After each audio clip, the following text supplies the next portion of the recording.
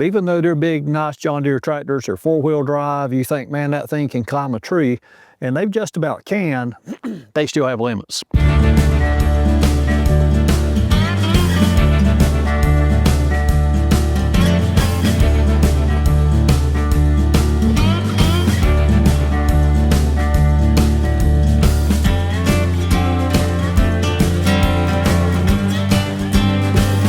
Well, good morning and welcome back to Life on the Farm. We told you before, I think in our last episode we have taken you through the summertime activities here on the farm, where we did a lot of repair damage. We had a lot of damage from storms. So we showed you all the repairs that we did on that, showed you some field maintenance, some things that we did. We took you into the soil preparation that we do to get ready to plant the crop. Then we took you into the seed beds. You got to see us plant the seed beds. You got to watch them grow. You also got to see us do pulling up the plants and doing the transplanting. And now we're in the next chapter, which is the growing process. And this is the fun part. And this is the crop that we're going to be growing. This is some of our main season varieties. This is one variety called Sweet Tule. This is relatively new. It's been around for just 3 or 4 years, but it's been a really, really good variety. We're excited about it. We've increased our acreage again this year with it. This has been a real good variety for us. Now, one of the things that we have to do is we have to feed them. Just like this is our babies. This is my babies, this is my children, and there's a lot of them, but I have to feed them. So we don't want to over fertilize, but we want to give them enough. And I'll talk about a little bit more of that later. Chase is in the background here. He's putting out the fertilizer. This is our first application. Now, this variety, these onions were planted in this field. This is a 75-acre field. If you look around, it's pretty big. It goes all the way back to that tree line, goes all the way back around here, and then it goes back to the south. There's another 42 acres that meets it. So we got quite a few acres right here in this one place. But Chase is putting some fertilizer out. And I'll tell you a little bit about how we do that. We have to onions have to have fertilizer. They have to have nutrition. So we give it to them, and timing is everything. In the farming industry, timing is everything. One thing we cannot control is the weather. God controls that. We have to work with what He gives us. And I think He has some fun with us sometimes with that. Keeps us on our toes. But this is our fertilizer rig. Chase is running this now. We have a lot of different soil types, even in one field, in one area. This field right here, it starts out, but you can see this is a little bit lighter soil, a little bit sandier. As he goes over that hill and he gets up, there's clay knolls. There's a bottom right down here, which is just what we call black clay. You go to the north part of the field, we get into a lot more of the clay knolls. We get heavier soils. We have lighter soils, medium soils. And the further south you go, the sandier it gets. And that's the field that we call that feeds the aquifer. Every time it rains, the aquifer level comes up because everything goes right through. Doesn't stick around very long. So we have to put different rates here on our farm. We use variable rate technology, and we put different rates of fertilizer according to different soil types. The thing that Chase is running here, it works off GPS. We use a Trimble guidance system, and we programmed all of this stuff in there. It took a long time to do this. We spent a couple of years getting this kind of fine-tuned the way that we want it. And we still continue to fine-tune it. It's not perfect, but it's really good. And the way it works is as he's driving down the road, that thing knows exactly where he is in the field, and it knows where those different soil types are. And it'll ramp up the rate when it gets into some of the weaker areas. And then when it gets in some of these clay knolls and places that don't require as much fertilizer, it'll pull that rate back. It's all automatic. It's all according to how we programmed it. So one of the things we don't want to do is we don't want to over fertilize. We don't want to use anything that's not necessary. We want to give them just what they need and give them just the right amount, but we don't want to overdo it. There's no point in that. And early on, we don't use a lot of nitrogen. We use kind of a low amount of nitrogen early on. Now we'll have to add some nitrogen later on in the season. You'll see that. Nitrogen's critical for bulb size and maturity. We can make, even though we're in the Vidalia growing area, we can make these onions plenty hot. If we use the wrong kind of fertilizer, if we use too much of the fertilizer, there's a lot of things we can control We want a really mild, firm, matured onion, but we want it to taste good. One of the things that we've always took pride in is how our onions taste. Because at the end, I mean, I don't want to eat an onion that's not good. You don't want to eat anything that tastes bad. We want something that's sweet. We want something that tastes good, that you want to eat again. These onions right here are a variety we call Sweet Tule, and they were planted on November the 24th. So I want to show you right now, if you look, they're starting to grow, they're starting to add a little bit of foliage. There's some new growth right here, but I want to dig them up, and I want to show you the root system. In just over 3 weeks, and I'm gonna get way down deep so I don't just break them off, but in just over 3 weeks, look at the roots. You want to see how deep these roots penetrate and how deep they go? This is just over 3 weeks. I think it's 3 weeks and maybe 2 days since they were transplanted. And if you look at that plant, that's very healthy. We got a good looking plant. See the bulbs? It's down deep enough. And we had some really cold weather the last couple of days. We got down as low as 21 degrees. But that bulb being underneath that soil line, this bulb was protected all the way up to about here. So it's still in good shape. Now everything above the ground froze, of course, but look at the roots. These things are all the way down to here, and they're still going. They'll continue to go. So that's why when we were preparing our soil, we want to deep turn this soil. We want to give that plant about 10 to 12 inches so that those roots can easily expand and they reach out and they find the nutrients that's there. Now our fertilizer is being put on top. You'll see that in just a minute when I show you that. I always have to plant them back. I can't stand to see one of my babies get thrown away. So. All right, what's going on, y'all? We are fertilizing today with a first product rig. And, you know, at the end of the row, want to build some RPMs up, 1650. And you want to press this to start, forward. You want to put it down. Switch this little switch on here. That's what's going to start putting the fertilizer out.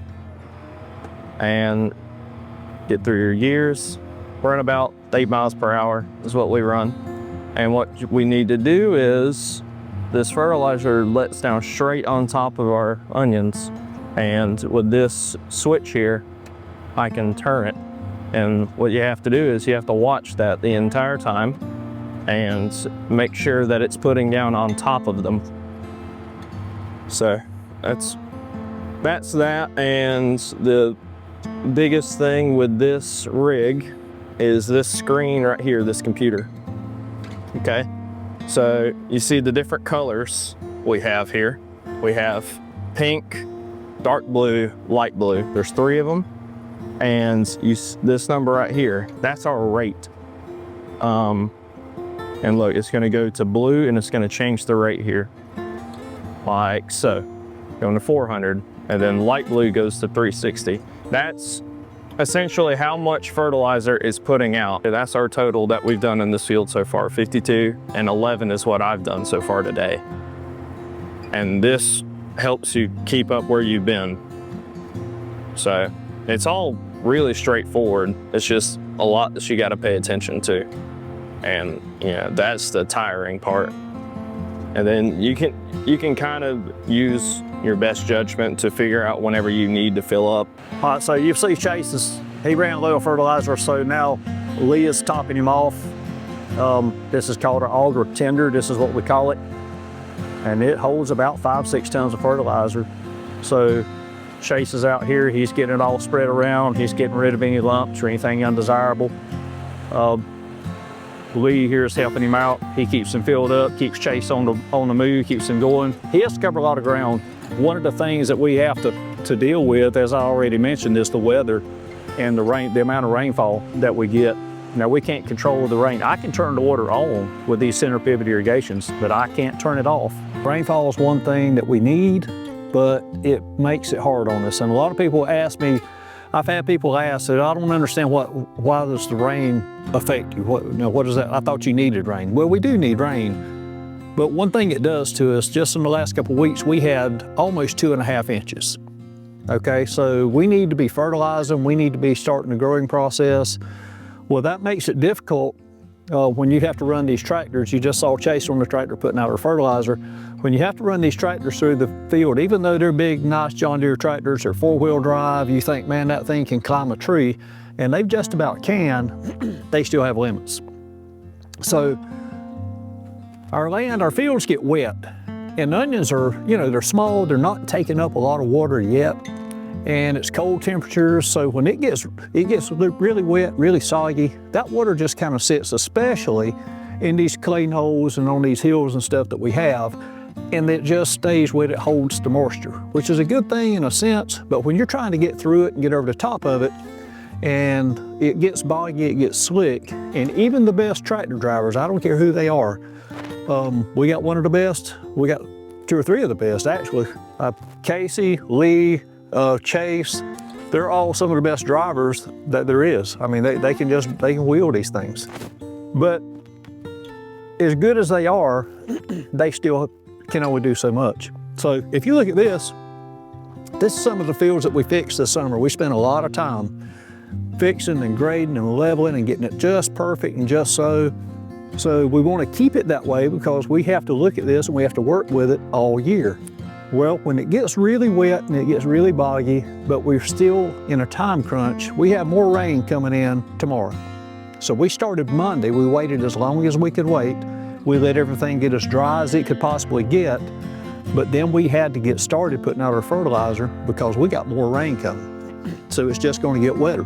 So everything that they've done looked really good until they got here. And if you turn around and look at this,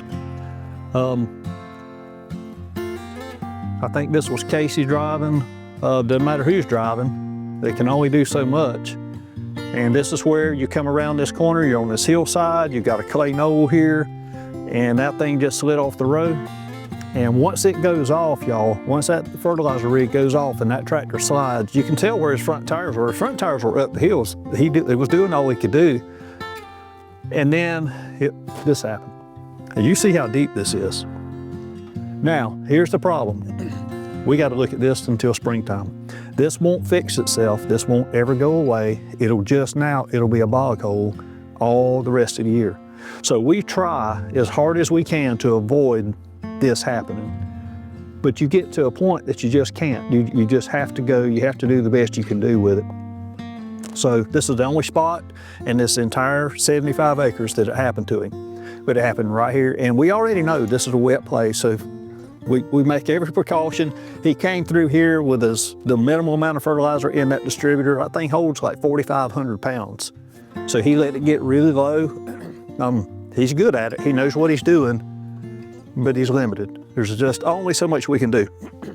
But you know what'll happen? Next summer, we'll fix it again. We'll grade it back out, level it back off. Next fall, we'll give it another shot. Anyway, that's just some of the things that we deal with. Just wanted to show you that. But follow along. If you hadn't seen our videos, if you haven't been watching from the beginning, go back and start from the beginning and watch the whole process. It answered a lot of questions. It's good information. We're trying to be educational, trying to have some fun with it also. But just go back and watch from the beginning. I think you'll enjoy it. I think you'll learn a lot from it. And we're looking forward to it. Now, here's one of the things. We're working, this is December the 17th. We're working hard this week to try to meet this rain. But not only that, we're looking forward to next week, which is Christmas. Now, we're working and we're trying to get caught up. Everybody needs a break. And we try to take Christmas time. That's a special time of year. That's the time of year that we celebrate the birth of our Savior. We celebrate the birth of Jesus. We're looking forward to spending some time with family, some time with friends, and we hope you are too. We want everybody to have a good Christmas. I want to take this opportunity because we're going to take some time off next week. We're going to take off the rest of the week, enjoy Christmas with our families, with our friends.